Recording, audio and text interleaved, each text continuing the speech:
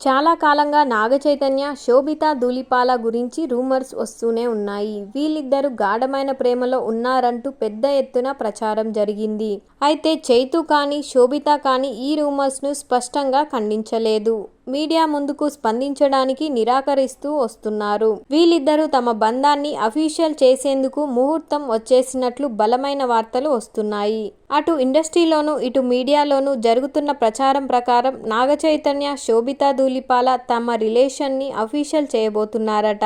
నేడు అంటే గురువారం ఆగస్టు 8న నాగచైతన్య, శోభితా ధూళిపాల నిశ్చితార్థం జరగబోతున్నట్లు తెలుస్తోంది.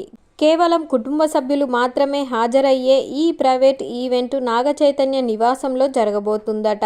నిశ్చితార్థం తర్వాత ఈ విషయాన్ని స్వయంగా నాగార్జున అనౌన్స్ చేయబోతున్నట్లు తెలుస్తోంది. ఆ తర్వాత చైతు, శోభిత కూడా తమ రిలేషన్ని అఫీషియల్గా సామాజిక మాధ్యమాల్లో ప్రకటిస్తారు.